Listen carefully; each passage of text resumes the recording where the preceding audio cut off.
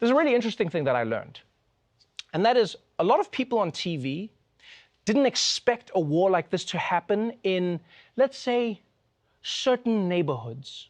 This is not a developing third world nation. This is Europe. These are prosperous middle-class people. These are not people trying to get away from areas in North Africa.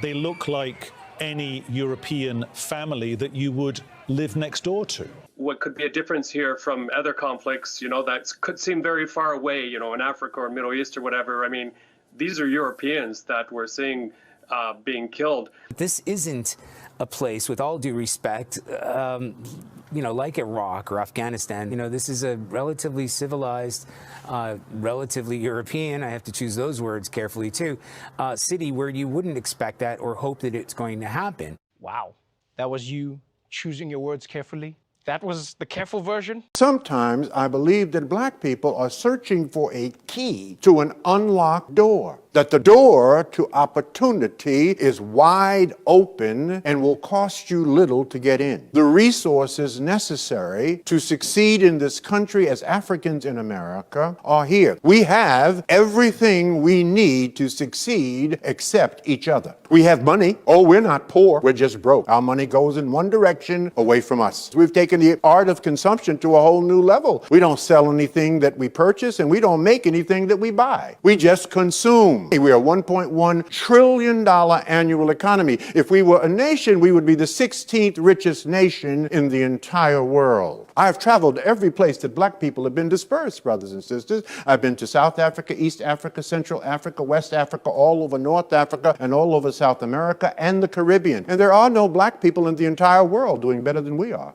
Where the mic at? Drop the mic.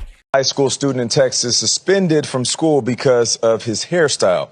Here's what the 17-year-old's hair looks like. Okay, so the school claims that Daryl George's hair violates the district's dress code by falling below his eyebrows and earlobes. His mother says he wears it twisted in dreadlocks tied at the top of his head and says he's being discriminated against. The school says he was not disciplined because of race, but his family is thinking of suing. Daryl was suspended the same week Texas passed a law outlawing racial discrimination based on hairstyles. And the district defends its dress code, which says the policies are meant to teach grooming and hygiene, instill discipline, prevent disruption, avoid safety hazards, and teach respect. Vivek Ramaswamy just said he's going to end birthright citizenship for children born to illegal immigrants. I favor ending birthright citizenship for the kids of illegal immigrants in this country. Now, the left will howl about the Constitution and the 14th Amendment. The difference between me and them is I've actually read the 14th Amendment. Ironic, considering he's an anchor baby himself, although he does say his parents immigrated legally. Would you support Vivek's end to birthright citizenship? Black men who can't read don't have sex like black men who got a 9-to-5, who can't read. The sex is totally different. Because they're not tired. Because they practice. All they do is practice on women. My husband gotta go to work, Joe. He ain't got time to be flipping me over, slapping me across the head. He ain't got time for all that ghetto love. You go on YouTube, type in Prince, James Brown, Michael Jackson. You'll see James Brown say, Micah, Michael Jackson! Michael Jackson! Michael, you out there? Michael Jackson! No, Michael Jackson! So Michael comes on stage, does his thing. I love you. Michael whispers in James Brown's ear. James goes back on the mic and says, and give it up for Michael, because he insists that I bring up Prince. He just insisted that I introduce Prince. Prince, you out there, Prince? Prince!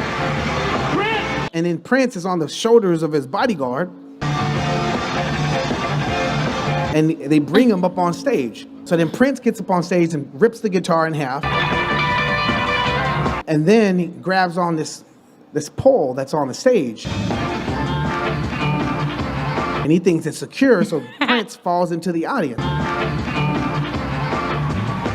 So Prince thought that he was sabotaged.